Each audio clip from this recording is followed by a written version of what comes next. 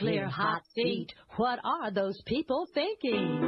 Nuclear hot seat. What have those boys been drinking? Nuclear hot seat. The corium is sinking.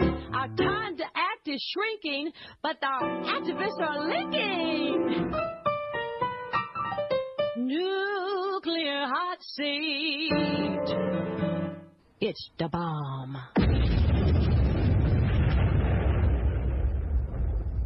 Welcome to Nuclear Hotseat, the weekly international news magazine keeping you up to date on all things nuclear from a different perspective. My name is Libbe HaLevy. I am the producer and host, as well as a survivor of the nuclear accident at 3 Mile Island from just 1 mile away. So I know what can happen when those nuclear so-called experts get it wrong. This week, we are proud to feature an extended interview with Tim Deere-Jones, an independent marine pollution consultant who explains how radionuclides transfer from the sea to the land, important in calculating exposure doses from Fukushima, Sellafield in England, and every oceanfront reactor wherever it may be. Mind-blowing information. I've never before encountered this information in more than 4 years of producing Nuclear Hotseat, and I know it's going to be a big help to you in understanding exactly how the nuclear mafia's "we don't want you to know the truth" game is played. It's a real eye-opener. Plus, our regular NUMNUTZ of the Week, activist shout-outs, and more information on nuclear matters than will be covered in tonight's Democratic Party presidential candidate debate. And probably all the other debates combined. That will be coming up in just a few moments. Today is Tuesday, October 13, 2015, and here is the week's nuclear news from our perspective.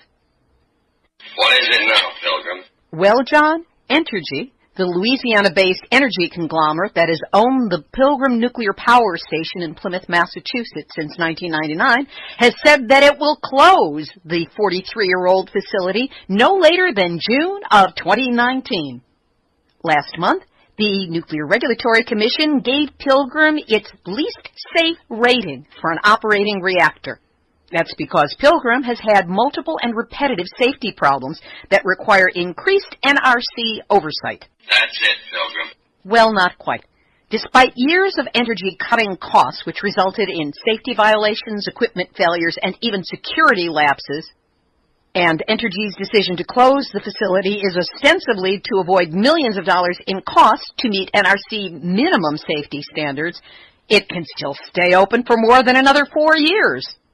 Even as this slow-motion shutdown process begins, Pilgrim operators have posted workers on fire watch after realizing the plant never addressed a 1992 federal advisory regarding remote reactor shutdown. Well, cool off, Pilgrim.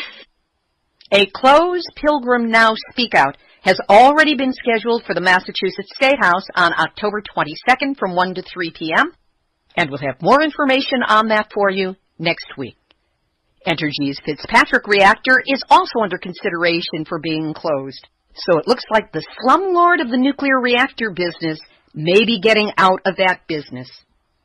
In the ongoing drama of the St. Louis area underground landfill fire that is closing in on an illegal dump of radioactive material, we've learned that the fire is just 300 meters away from the radioactive material. That's less than 3 football fields in length. There are 40,000 tons of uranium in the pathway of the fire, and researchers from the Missouri University of Science and Technology have already detected radiological contamination of trees on the property of landowners neighboring the dump. The fire started in 2010. We first reported on it in Nuclear Hotseat number 100 in May of 2013, and we will keep you posted. The California Coastal Commission last Tuesday endorsed a plan that will allow Southern California Edison, operators at the defunct San Onofre nuclear power plant, to turn the site into a long-term nuclear waste dump. There are many factors involved with this story, and we will have a report for you in depth next week. The final plaintiffs in the Hanford-Downwinder lawsuit have reached settlement agreements in cases filed 24 years ago. This according to federal court documents. The majority of claims advancing through the legal process were for thyroid cancer or other thyroid conditions, including hypothyroidism, that were caused by exposure to radionuclides released from the Hanford site. During World War II and the early years of the Cold War, radioactive iodine was released into the air at Hanford during the production of plutonium for the nation's nuclear weapons program. Over to Japan, where a new report links an increase in thyroid cancer cases in children and adolescents to the Fukushima nuclear disaster. Annual thyroid cancer incidence rates in Fukushima prefecture from May of 2011 through late last year were 20 to 50 times the national level. This according to a team led by Toshihide Tsuda, professor of environmental epidemiology at Okayama University. The findings are based on screenings of around 370,000 Fukushima residents aged 18 or younger at the time of the accident. This study confirms the fears and predictions that showed up after a Freedom of Information Act request released a trove of censored and heavily redacted emails from U.S. government scientists and officials revealing that there were major concerns among American policymakers shortly after the devastating Fukushima disaster began that there would be widespread radiological contamination and spikes in thyroid cancer rates. So nice of them to have warned us about it. At least the mainstream media is finally picking up on this story, as reports appeared in both AP and UPI wire services. Yeah, but Twitter probably had it first. Which brings us to... Nuclear hot seat, nuclear hot seat, nuclear hot seat, NUMNUTZ of the week. The Milan Food Expo, subject of NUMNUTZ of the Week for Nuclear Hot Seat number 198, is back in the NUMNUTZ seat again. Last Sunday, it launched a food propaganda campaign at the Japan Pavilion of the food-themed World Expo in Italy to convince visitors that food from Fukushima Prefecture is safe despite a nuclear disaster there in 2011. People were treated to free samples of local Fukushima foods, such as fruits and Japanese sake. Norio Hashimoto, an official of the Fukushima prefectural government, said the quality of fruits shipped from the prefecture is fully vouched for. His words. A 59-year-old visitor said he enjoyed the dried peaches that were served at the event. So, isn't it interesting that this exact same week, our friend Iori Mochizuki of Fukushima Diary translated and published a report from the Ministry of Health, Labor, and Welfare in Japan that says that the ministry detected significant density of cesium-134 and 137 from 46 of 50 dried persimmons produced in the Fukushima prefecture. The samples were collected in mid-September, and none of them were distributed for sale. I wonder if they were sent to Milan to go with the dried peaches, or maybe they were just saved for school lunches. The highest density of cesium, 270 becquerels per kilogram, was nearly 3 times higher than the food safety limit in Japan, though perfectly legal to import and sell in the United States. Because our limit is the highest in the world, 1,200 becquerels per kilogram of cesium. Be that as it may. Milan Food Expo. You may have survived lawsuits, arrests of your leaders, and funding scandals, but you have not escaped becoming this week's Nuclear Hot Seat, NUMNUTZ of the Week. The only good nuclear news out of Japan this week is that nearly 2,000 people from around Kyushu converged on Kagoshima on October 12th to protest the planned restart of another reactor at the Sendai nuclear power plant, saying the operator has made a decision that is suicidal. Bridging to international, Svetlana Alexievich, the Ukrainian-born, Belarusian-raised journalist, has won the 2015 Nobel Prize for Literature for her book, Voices from Chernobyl, Chronicle of the Future. She has said that the so-called peaceful use of nuclear power and nuclear weapons are two sides of a coin, completely identical. And during a visit to Japan in 2003, the journalist warned, almost prophetically, that even a minor natural disaster could lead to a serious nuclear accident. A landmark international study has now provided the strongest support yet for the idea that long-term exposure to low-dose radiation increases the risk of leukemia, and provides scientists with some hard numbers to quantify the risks of everyday exposures to radiation. A study of more than 300,000 nuclear industry workers in France, the United States, and the United Kingdom, all of whom wore dosimeter badges, has provided the data. A consortium of researchers coordinated by the International Agency for Research on Cancer in Lyon, France, examined causes of death in the workers, 1/5 of whom were dead by the time of the study, and correlated this with exposure records, some of which went back 60 years.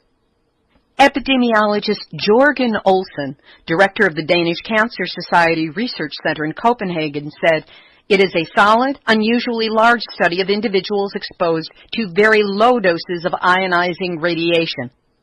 The finding implies that some cases of leukemia will even be caused by a high level of natural background radiation." Take that, hormesis. In Russia, seaweed caused almost 3 days of downtime at Unit 3 of Leningrad Nuclear Power Plant on the Gulf of Finland near St. Petersburg after a storm blew Bay Baham sediments into the plant's water intake structures, clogging the intakes that supply water to the unit's cooling system. The blockage had to be manually removed before the reactor could resume operations. A scram caused by seaweed. Swiss media reported last Thursday that the Swiss reactor Besnau 1, the world's oldest nuclear power plant, is riddled with so many holes it resembles the Swiss cheese Emmentaler. According to Swiss newspaper Tages Anzeiger, 2 independent sources have confirmed that ultrasonic testing has shown there are around 1,000 holes or cavities of 0.5 centimeter in diameter within the steel walls of the reactor's pressure vessel. The situation at Besnau 1 could be far worse than the plant's operator, Energy Utility Expo, declared back in July when it first detected signs of what they called minimal irregularities in the production process. The Swiss are such understated people. We'll have our featured interview in just a moment, but first, we are within days of having the Nuclear Hotseat website back up and running in its new improved form. I know I've been promising, but this time for sure. At least, that's what the web guy says. Thanks to all of you who donated to help make it happen. And thanks also to those of you who wanted to donate, but couldn't, but sent good thoughts anyway. We, all of us, did it together. Now, I have been promised that our new, highly searchable, still glitchy but pretty spiffy website will be up and running by the end of the week. So for those of you who have donated, my gratitude, and take real pride in what you see going up there, because literally could not have done it without you. And of course, it doesn't stop there, because the show still has monthly operating costs for the website, as well as the posting and all the rest. So if you still feel like donating to support the show, don't let me discourage you. To donate, you can go to the tattered remains of the former site at nuclearhotseat.com. That's where you can click on the big red donate button, which connects you to a secure link for you to make a donation, either through PayPal or directly from your credit or debit card. And if you prefer not to donate online, email me for a snail mail address to send your donation. Just send an email to me at info@nuclearhotseat.com. Whatever you can do to help with our ongoing expenses, you have got my gratitude. Today's interview literally blew my mind with its specificity about exactly how radionuclides get from reactors into the food chain through water and air. Tim Deere-Jones is an independent marine pollution consultant who has worked on some of Europe's major marine pollution incidents as a specialist in the behavior and fate of marine pollutants in marine, coastal, and estuarine environments. His ongoing research supports the work of anti-nuclear NGOs and citizens' campaigns in the UK, Ireland, Europe, and elsewhere. Tim has worked for many of the major environmental campaign groups, including Greenpeace, Friends of the Earth, and World Wildlife Fund, and he is a member of a number of anti-nuclear advisory bodies, including the Vienna-based International Nuclear Risk Assessment Group. He joined us via Skype from his home in England. Tim Deere-Jones, welcome to Nuclear Hotseat. Hello, Libbe. It's a delight to be here. Let's start out with giving people a sense of your training and background that brought you to this work. I spent a long time, I suppose, with my head in the sand, and then one day I woke up and actually there was an occasion at Sellafield where they lost a year's worth of radioactivity down the pipelines at Sellafield in a day. And it was only discovered because Greenpeace divers were working off the end of the pipeline. And in response to Greenpeace's discovery and various background questions from people like me, the nuclear industry said they had no idea of where that lost material would go or how long it would be in the sea. So that woke me up. I thought, hey guys, they've been doing this since the 1950s and they're still saying stuff like this in the 1983s. So that motivated me and I started work then. Made various submissions at public inquiries about nuclear waste and so on, and was not really criticised on my work, but was criticised on my lack of professional training in the field, so to speak. So I went to university as a mature student and took a degree in marine sciences with a marine pollution option, and came out and immediately started campaigning on marine pollution issues, the major one of which was radioactivity. So that's how I started. What's the background on the nuclear issue as you see it that led to this carelessness or this blind spot on the part of the nuclear industry? Good question. How I see it is that in the late 1940s there was a big pressure to complete the building of British nuclear bombs and to produce our own plutonium. And as a result of that, you have to build a reprocessor and you have to have nuclear reactors to produce your byproducts, which you then reprocess into the plutonium for the bomb. So we built Sellafield. As has always been the case in the UK and most other industrial nations as well, there has been a long policy of discharging your surplus wastes to the air or into the nearest watercourse. And quite naturally enough, the British nuclear industry decided that that's what it would do with some of its what they like to call low-level liquid radioactive wastes. It built a pipeline and started discharging them.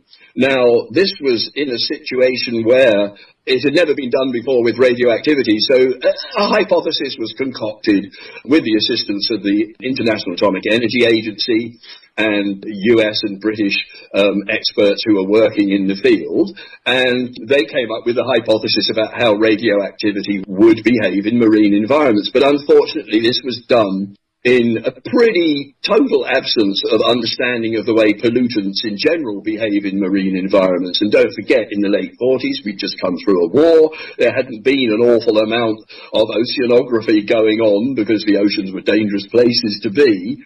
And it's quite evident when you read the interchange of letters between oceanographers and the Ministry of Supply, who are running all of this in the UK, that oceanographers weren't really very happy about trying to predict how radioactivity behaved in the marine environments because, of course, it hadn't been put in there before and nobody had been studying it. Likewise, the understanding of the way radioactivities behaved once they were loose in the environment was equally poor. So they had to concoct this hypothesis. They did so, and a decision was made in the UK to start discharging radioactivity into the marine environment from reactors and reprocessors and nuclear fuel factories and so on and so on. And that decision as it happens, was not a democratic decision. It wasn't put before Parliament. As I understand it, I've not been able to nail this particular research trail down completely, but as I understand it, it was what was called an order in council, which is equivalent to an executive decision by the leadership without discussing it with MPs in Parliament, or as I say, having any form of democratic vote or referendum. And the public hadn't really been acquainted with the fact, or the lack of fact, of the situation about discharges. So the hypothesis was put up, considered to be safe, and the discharges commenced, and away we went. We know that that was all a bit of an experiment, because in 1958, one of the leaders of the United Kingdom Atomic Energy Authority, actually in a public speech, referred to the recent long-term experiments on discharging radioactivity into water and what a lot of useful information they got.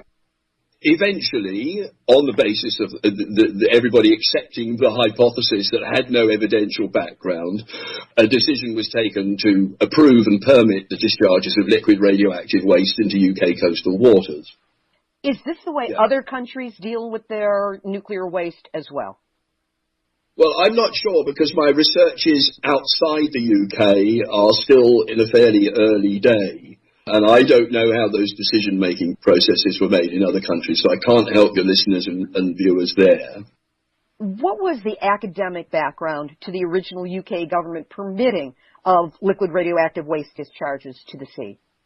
Surprisingly quickly, this hypothesis about the way radioactivity would behave in the marine environment actually became an orthodoxy, and you found very quickly that people were emerging from nuclear science departments of universities having been taught that the hypothesis was correct.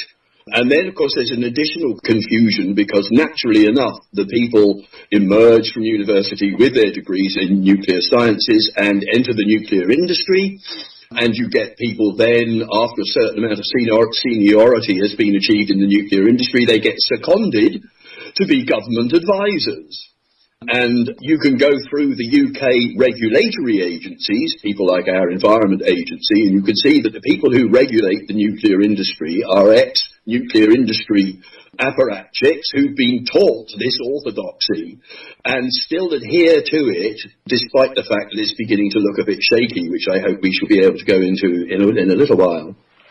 And the hypothesis, again, just to repeat it, is that it is perfectly safe to discharge what they're calling low-level radioactive waste into the marine environment with no monitoring and no checking to find out what the impact actually is. Would that be an accurate retelling of it?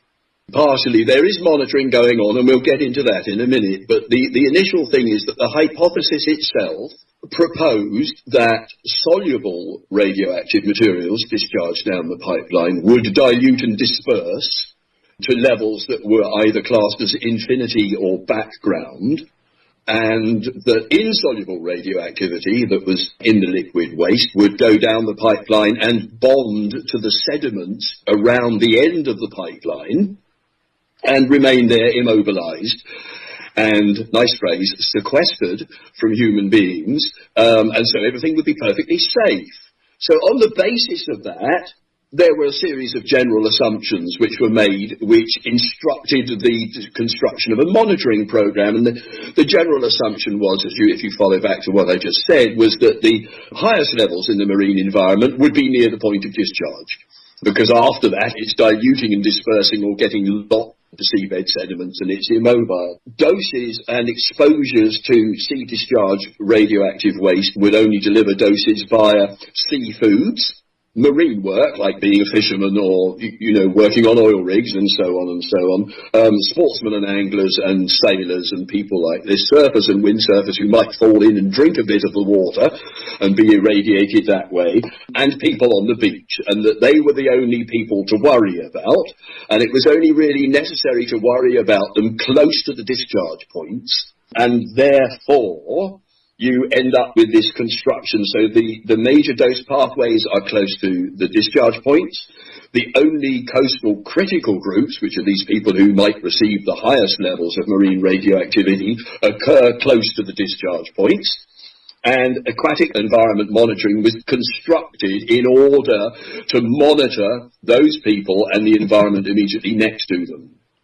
So how is marine radioactivity monitored in the United Kingdom? Okay, well, in the UK, we seem to be doing better than certainly is in the case with Fukushima at the moment. And what happens in the UK is that they do take seafood samples, but for each discharge point, looking at the groups and the seafoods which are captured near the discharge point, they only take a couple of samples a year. So you maybe have 2 or 3 fish samples in a year, and you analyse them given that, let's say that a pressurised water reactor discharges somewhere between 50 and 60 radionuclides. Commonly in the UK, you will find that fish will be analysed for maybe 7 or 8 nuclides. So you've got a whole swathe of radioactive isotopes which are not being studied at all. So that's for the fish. Of course, they do similar work with shellfish. They monitor the seawater off the end of the pipeline, and they'll monitor sediments in the immediate area of the discharge point, but nothing further afield, and very poor levels of study. I mean, if you were going to take a sample, a questionnaire of people in the street, in a town with 5,000 people, you wouldn't ask 3 people. So I don't think that doing 2 samples of fish a year is really going to give you a good coverage. Equally so, I don't think that taking samples of sediments once a year is actually going to tell you what's happening on a year-round basis in those sediments, because, as we will see later on, sediments can be disturbed by tides and big waves and storm action, and there are all sorts of mechanisms for moving radioactivity around. So the studies that they're doing are really inadequate because they are based on a false hypothesis. So having come up with a false hypothesis, they have then monitored in order to confirm the false hypothesis. And they haven't bothered to stretch their ambit of research very much further away than the discharge points. Then, with what I consider to be the inadequate data that they gather, they then construct hypothetical models of the doses being received by the critical group. So you've got inadequate data going into a false hypothesis model, and then, of course, the inevitable conclusion is that everybody is perfectly safe and nobody is at risk of any untoward doses. They've got it all covered. They understand what's happening. And despite the steady accruing of independent evidence to the contrary, contrary to the hypothesis, they stick by that policy now, and even with the monitoring that's going on at Fukushima, the International Atomic Energy Agency most recent report on Fukushima, one of its technical addendums, actually refers to dilute and disperse, as if that's the only way that radioactivity behaves. But here in the UK and elsewhere, where independent, non-nuclear funded academic and research work is going on, the evidence is showing the contrary. I forget which interview this was, but I learned through my research that there really is no such thing as dilution of radioactivity. There is dispersion, but as long as those molecules, as long as those atoms are still intact, they can go down to a single one, and it is still dangerous, as opposed to something like a poison that will dilute to the point where it is no longer of danger. Yes, you're pretty much right. I mean, all you need is one speck of radioactive sediment contaminated, particularly with one of the alpha emitters like a plutonium or an americium, to get into your system by eating it or inhaling it or swallowing it. If you happen to fall into the water and swallow a mouthful of something nasty, then you're quite right, it can cause untold damage. And anyway, the theory of dilute and disperse, we can look at this later on, but it's been proved to be complete falsehood, really. What are the doses received by UK populations from marine radioactivity? By and large, as far as you can tell from the official monitoring, the doses are low, and this is why it carries on, and everybody, objectors, get sort of trounced in public inquiries and told not to be hysterical, and, the industry has all the info. Don't worry, the doses that we model from the bad data tell us that the doses are all very low. But perhaps later on we'll look at one of the case studies, and I can illustrate that for you and show you just how crazily wrong they are. You recently published an article in The Ecologist that talks a lot about sea-to-land transfer mechanisms. What are these and how do they operate? Well, a little bit of information has come out from the nuclear industry on this, but the vast body of the work, which is really important and really serious, is coming from independent, non-nuclear funded sources.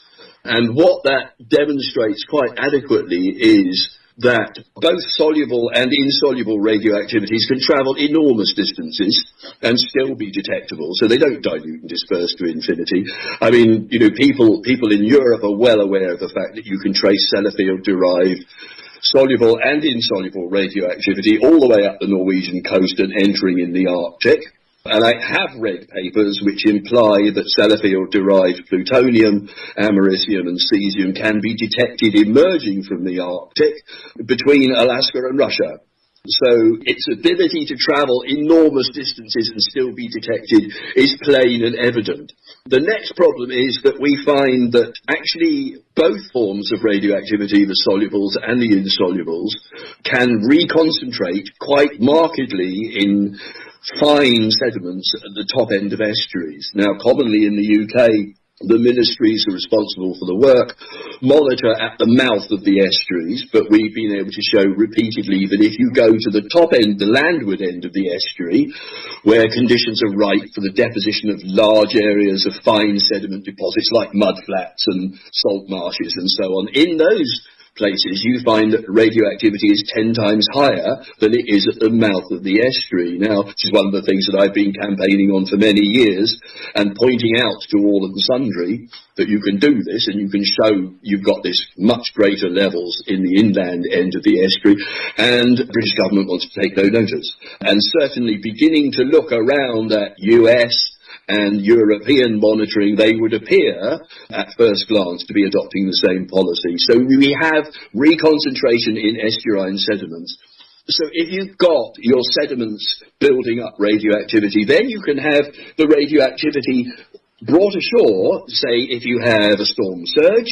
There was a town in North Wales, which we shall look at later on, where they had a storm surge. They had about 500 tons of marine sediment deposited into the town, the caravan parks, the shopping centre and so on, and that had radioactivity in it. So that's another mechanism. In addition to the inundation, the coastal flooding, which incidentally happens all over the place in the UK, especially now with climate change kicking in and increasing storminess in the winter. We've had some terrible winters and some big coastal floods, and I've tried to get British agencies to investigate the radiological impact of those coastal floods and the rubbish that they bring in from the sea, but nobody wants to know. Nobody wants to look at it. However, there was one example where some bright spark individuals took their own samples and paid for an analyst to have a look at them, and we'll talk about that later. But meanwhile, the next and possibly the most important mechanism for sea-to-land transfer occurs in sea spray and marine aerosols, which are generated in the surf zone. And because of various mechanisms that occur in the process of creating sea spray and marine aerosols, you get tremendous enrichments of the radioactivity, so that Irish sea marine aerosols can be shown to concentrate things like plutonium and americium by above 400 times over the levels in the ambient seawater. So that's a very significant enrichment factor, especially when you think in the context of something like Chernobyl or Fukushima, and the very huge amounts that have been discharged there. So in sea sprays, you get this major enrichment occurring, and you also have quite significant inland penetrations of this radioactivity in the sea sprays and the marine aerosols. And of course, electrical engineers who work on utility lines might be aware of the fact that you can find sea salt up to 100 miles inland coating electrical wires and causing transmission breakdown. And that's a loose idea for you of the potential inland penetration of marine products in onshore winds. And it may well be the case that that is happening with radioactivity, only as far as I know, again, an independent non-nuclear study did look as far inland as 10 miles, and there they found marine radioactivity which had been blown ashore, and that's the case we'll talk about later on. I live in Southern California, and as you're talking about this, I think of what we refer to as the morning marine layer that always comes in off the Pacific Ocean and penetrates a certain distance inland before it dissipates. So you're saying that it is entirely possible that if there is radiation present in the ocean water, it will also be present, or it can also be present, in the marine layer. It will be, yes. If you're talking about a marine layer in terms of a sea fog or marine dampness that's being blown ashore, and it's being generated from the marine environment, if there is radioactivity in the water column from which that material has been born, it will be enriched to levels higher than it is in the water column, depending on which isotope it is and so on. Give listeners some examples of case studies of these mechanisms. In 1990, there was a big storm in the Irish Sea, which also involved a storm surge, and a small holiday town on the north coast of Wales was inundated. This was a place called Towyn.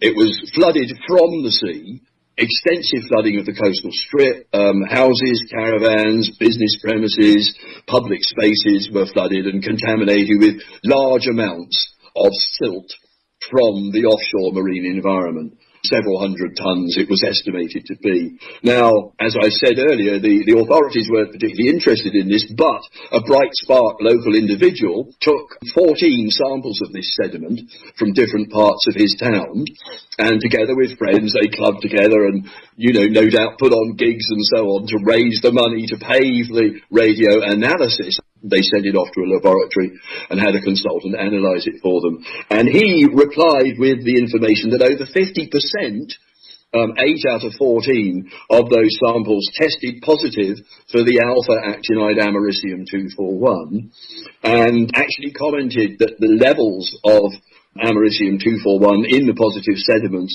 exceeded by 10 times what we call in the UK the generalised derived limit. That's a kind of an action level when, alarms are rung in government and official agencies.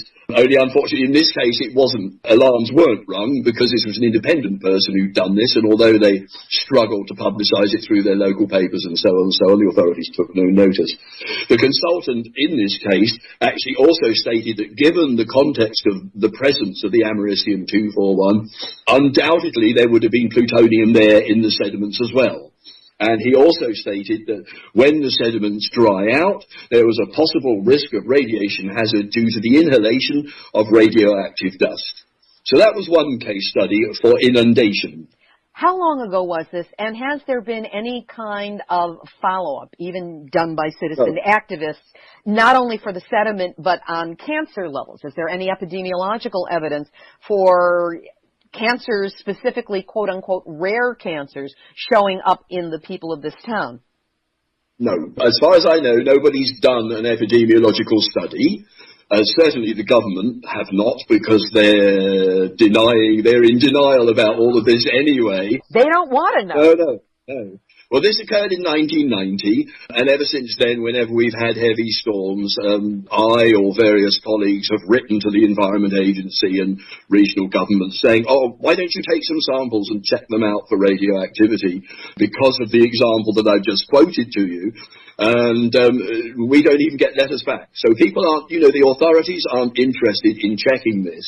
And as you remarked earlier, this is something that is common to all of us when we deal with our nuclear industries and our pro-nuclear governments. They don't really want to know anything that disturbs their happy status of telling everybody that it's all okay. Independent work in West Wales looked at radioactivity across a phase of environments, and a lot of West Wales is coastal. So they were looking in the coastal zone, and 10 miles inland, they found that they had marine radioactivity deposited out on pasture grass. And that's all that their report said, because this was done by our local county government. but not associated with the national government at all. So what that implied was that if it was on the pasture grass, then it was inevitably entering the dairy and the meat stock food chain. And one can also then extrapolate along that line and say, well, pretty certain then that anybody growing vegetables or potatoes or, vegetable material or arable crops was also going to be harvesting crops that had marine radioactivity deposited out on them. So therefore you realise that actually there's a risk of a dietary dose of marine radioactivity from land foods. And as I pointed out to you earlier on, the orthodox position is that the only dietary doses people will receive from marine radioactivity is from seafoods. But now we have this alternative thing. And then the most important point to remember about that is that if you've got the stuff blowing ashore and depositing on vegetables and so on, then obviously it's potentially available for inhalation as well. Because your coastal populations are walking around in that airstream and breathing it in. So there's a potential there. So there's a definite dietary dose and an almost certain, but not yet proved, inhalation dose. Now, the problem that we have as campaigners is we don't have the money and the resources that the government have. So if we want to do radiological analysis, we have to hold a jumble sale or a bring and buy or put on gigs, and it takes ages to raise any money, and then it's often not enough anyway. So the nuclear industry have got all the cards here, and we're struggling along with our little bits of information. You mentioned before that there was an even more important study that was done about sea-to-land transfer. Tell us about that one. This occurred in the islands off the west coast of Scotland, and it was before Chernobyl, so there was no Chernobyl influence on this at all. And what happened there was a group of doctors who had access to national health funding for their research, and also they had good contacts with the Kilbride Reactor Centre, which is a centre of nuclear study in Scotland. They took patients and they decided that they would analyse their diet and compare and contrast the difference between people who are living on this island who ate strictly locally produced food and the diets of people who ate what was called ship food, because it was all brought in for the island supermarkets by ship, so none of it was produced locally. And what they discovered in their researches was that the whole island was saturated with marine radioactivity, in this case derived from Sellafield discharges. It's only a small island, it's only 15 miles in circumference, so it was a small island. But it was saturated with radioactivity, and all the foodstuffs were also, locally grown foodstuffs were also saturated with radioactivity. So the really crucial thing about this study was that for the first and only time in the UK, people were actually empirically studied. So people were sent to the reactor centre in Kilbride to have whole body radiation monitoring. People's urine was analysed for radioactivity content, and all their dietary input was also analysed for radioactivity content. So they actually got an empirical dose out of that, as opposed to the hypothetical and modelled doses that the UK authorities have. Now, what was found by these doctors was that the population of the island who ate locally produced food in greater abundance than shop food had higher doses than the shop food people. So that nailed your dose exposure down to something on the island diet. Then they tore into the various things, and they discovered that actually the person who had the highest radiation dietary doses ate no fish. So he was getting marine radioactivity only through his terrestrial food, okay? And his seafood was insignificant because he wasn't eating any. But even people who were eating seafood were still getting bigger doses from their land food, which had been contaminated with marine radioactivity as a result of sea-to-land transfer. Now, these doses were quite small because we're not dealing with something like Fukushima, and also this particular island was 200 miles away from Sellafield. 200 miles from Sellafield, these people, from their one isotope, so it was only talking about cesium-137 here that was measured, okay? So they were getting bigger doses in their land food of marine radioactivity than people living next to point sources were receiving from multiple nuclides from their seafood. So you can look at a site like Wolver on the North Wales coast where seafoods were being monitored for 10 radioactive isotopes, and their seafood dose that those people were receiving adjacent to that nuclear site was lower, for, the aggregated 10 isotopes, than the people on the Hebridean island were receiving from the one isotope in their land food. So this completely disproved the hypothesis that marine radioactivity you can only get a dietary dose of through eating seafoods. And it's quite evident that actually significant amounts of marine radioactivity are being consumed in terrestrial foods following sea to land transfer. Now, this is something that was observed in the 1980s and through the 1990s, and ever since then, I, for one, and certainly colleagues of mine, have been campaigning very loudly, doing newspaper articles and TV interviews, trying to interface with the agencies about this, but they don't want to know. They prefer to adopt a policy of lofty disdain. I've seen all of this now knock on into the monitoring that the Japanese government are doing at Fukushima. This is exactly where I wanted to go next. Given the extensive research you have already done and what you know about what happens to radiation in the marine environment, how does this relate to Fukushima and the way the Japanese governmental agencies have been or have not been monitoring Fukushima marine radioactivity discharges? I initially had a look at the monitoring protocol published and printed by the Japanese government, and it sets it all out there, what the intentions are and what they will do, and also makes a point of saying that during this process they had communications with the International Atomic Energy Authority, and the IAEA basically said, good on you, this is the way to go, do what you're doing, and as I mentioned earlier, referenced this false hypothesis of dilute and disperse. So what the Japanese decided to do was to monitor the marine water, monitor seafood diet, but when you look at it, you then start to, when you tear into it and start to look at the maps and the details, you realize that actually they're not monitoring near the coast at all. The nearest monitoring site that I could find to the coast was about 2 or 3 kilometers offshore. So all these things that you and I have just been talking about, these issues of sea-to-land transfer, couldn't be captured by the Japanese monitoring because what they did was, I guess, probably cutting costs, probably cutting effort, following their orthodoxy, which they have already established, which we now understand just gives them the results that they want to get. So what they're doing is they're monitoring offshore. They're only monitoring for the alphas, like plutonium or americium, within kind of 20 miles of the end of the pipeline. Well, the discharge area from the Fukushima disaster.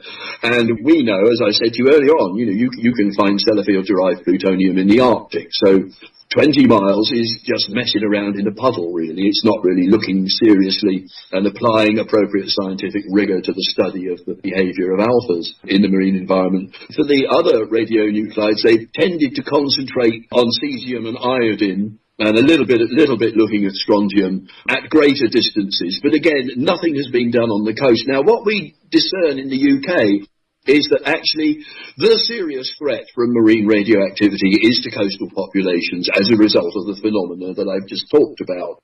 For instance, we talk about coastal inundation. There has recently been a tropical storm, Etai, on the Pacific coast of Japan, which involved quite a lot of coastal inundation.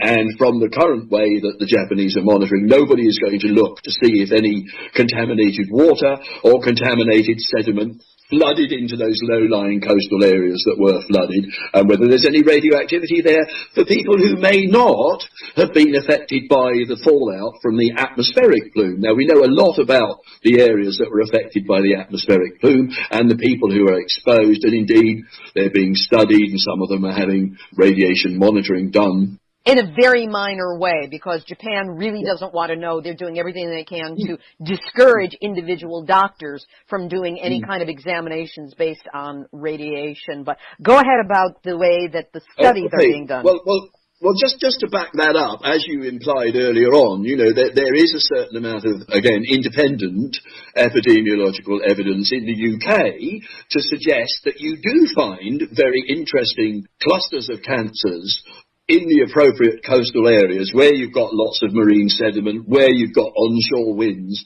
and where you've got this sea spray and marine aerosoling taking place, and where you have coastal inundations, that you do tend to find. Now, of course, actually apportioning the cause to those is an argument which is never finished, because the forces of the nuclear industry and others put enormous effort to refute those arguments. So it's very difficult.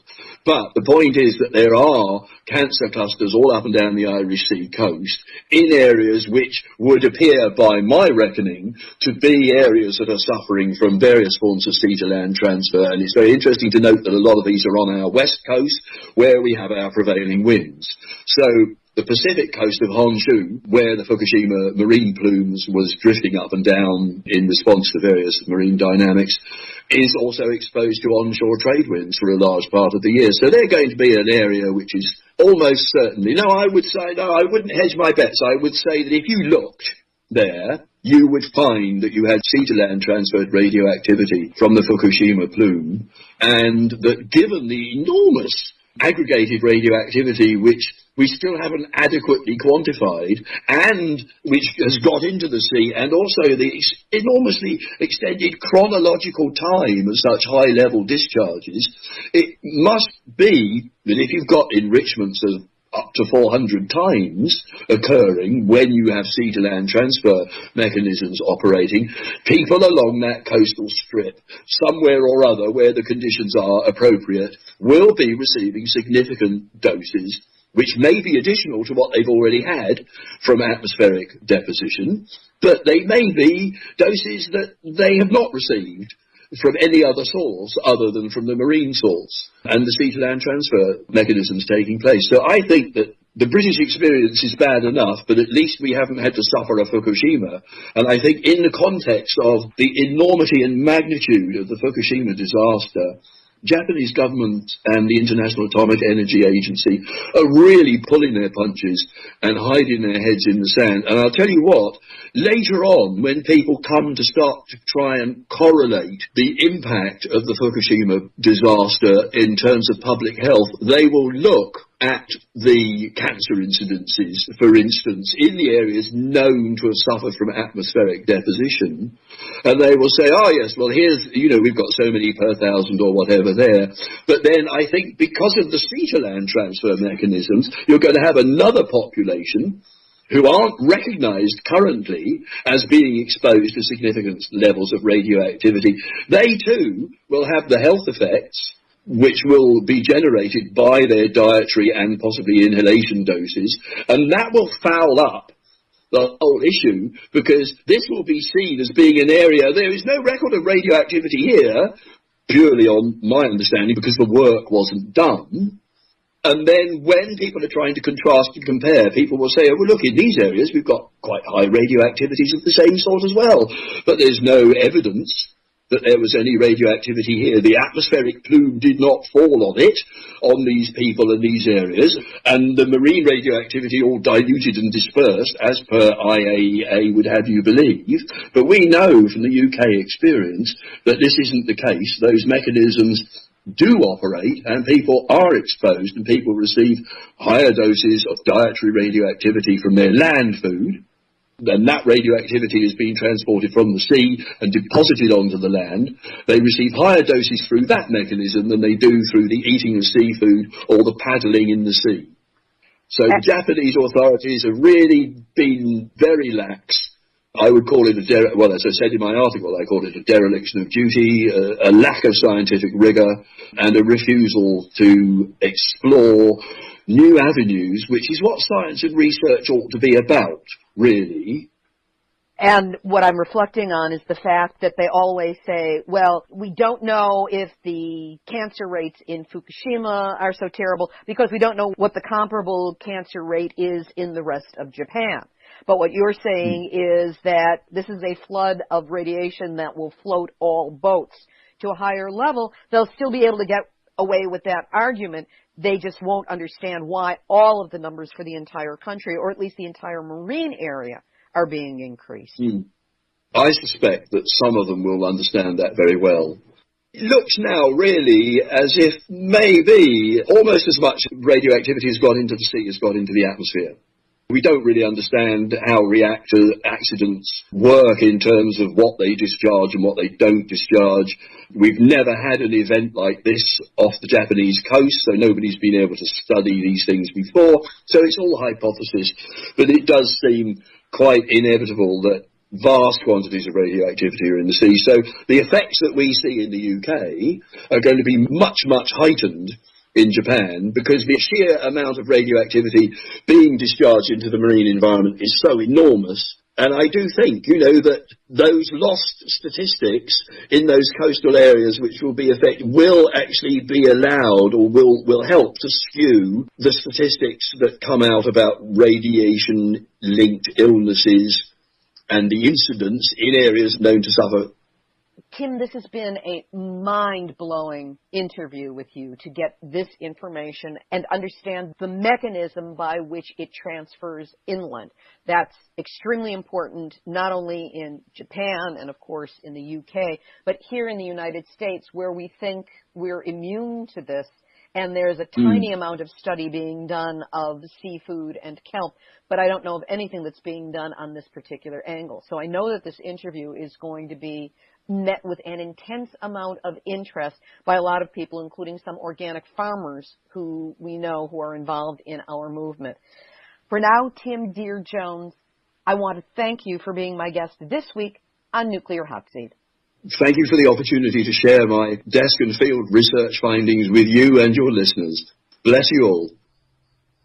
That was independent marine pollution consultant Tim Deere-Jones. When the website is back up, you'll be able to find links to his work at nuclearhotseat.com under this episode, number 225. Until then, just Google him. Activist shout-outs. Nuclear Hotseat interviewee Karen Haddon, Executive Director of the Sustainable Energy and Economic Development Coalition, otherwise known as the SEED Coalition, which is based in Texas, has announced the formation of a new group, No Nuclear Waste a Key. They're opposing high-level radioactive waste storage or disposal in the Texas-New Mexico region and its transportation across the country, otherwise known as Mobile Chernobyl. To learn more and get on the notification list, you can contact Karen at Karen D. Haddon, Hadden, @gmail.com. And to those of you who are on the RAPT call, Radiation Awareness Protection Talk call about zeolite and best possible practices to safeguard your health from radiation, thanks for being there. And for those of you who missed it, Kimberly Roberson and I will be hosting a second call in November. Details available as soon as we line them up. Here's today's final thought. I don't know about you, but I'm still thinking about what Tim Deere-Jones talked about during the interview. And that is enough for now. This has been Nuclear Hotseat for Tuesday, October 13, 2015. Material for this week's program has been researched and compiled from ENEnews.com, BostonGlobe.com, NIRS, Markey.Senate.gov, SouthCoastToday.com, Syracuse.com, AP, UPI, SeattleTimes.com, San Diego Union Tribune.com, JapanTimes.co.jp, GlobalResearch.ca, The Times, Dr. Timothy Musso, Fukushima-Diary.com, and our friend Iori Mochizuki, Asahi.com, Nature.com, Bologna.org, thelocal.ch, nuclear-news.net, computerworld.com, and the wonderful support team of the Nuclear Hotseat Facebook community, which you are all invited to join. Theme music written by me, sung by Marilee Weber, accompanied by John Barnard. Nuclear Hotseat is syndicated by UCY.TV and is also available on iTunes under podcasts. Our archive is available on the website, nuclearhotseat.com, coming soon to a computer near you, or on iTunes under podcasts, and you can check them out on our YouTube channel, which is Nuclear Hotseat Videos, with our gratitude to Joni Ray and Ms. Milky the Clown. Nuclear Hotseat is the activist voice on nuclear issues. So if you have a story lead, a hot tip, or a suggestion of someone to interview, send an email to info@nuclearhotseat.com. We are copyright 2015, Libbe HaLevy and Artistry Communications. All rights reserved, but fair use allowed as long as proper attribution is provided. This is Libbe HaLevy of Artistry Communications, the heart of the art of communicating, reminding you that we have all had our nuclear wake-up call and there's no more time to hit the snooze button. So do not go back to sleep, because we are all in the nuclear hot seat. Nuclear hot seat, what are those people thinking? Nuclear hot seat, what have those boys been drinking? Nuclear hot seat, the corium is sinking. Our time to act is shrinking, but our activists are linking.